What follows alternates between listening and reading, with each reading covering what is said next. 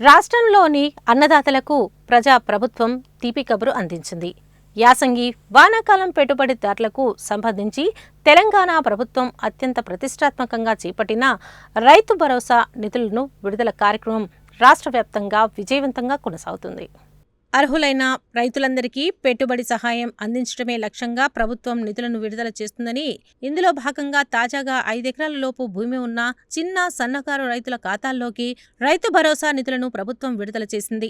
రాష్ట్ర వ్యాప్తంగా రైతు భరోసా నిధుల విడుదల కార్యక్రమం వరుసగా 4వ రోజుకు చేరింది. తక్కువ భూమి ఉన్న రైతులకు మొదటి ప్రాధాన్యత ఇస్తూ విడతల వారీగా అకౌంట్లలో డబ్బులు జమ చేసే ప్రక్రియను వ్యవసాయ ఆర్థిక శాఖ ముమ్మరం చేసింది. మొదటి రోజు 1-2 ఎకరాల లోపు ఉన్న రైతులకే ప్రారంభమైన ఈ ప్రక్రియ నిరంతరాయంగా సాగుతూ నేడు 5 ఎకరాల పరిమితి ఉన్న రైతులందరికీ వర్తింపజేశారు. నేరుగా లబ్ధిదారుల బ్యాంక్ ఖాతాలోకే నగదు జమ అవుతూ ఉండటంతో రైతుల మొబైళ్లకు మెసేజ్లు వస్తున్నాయి.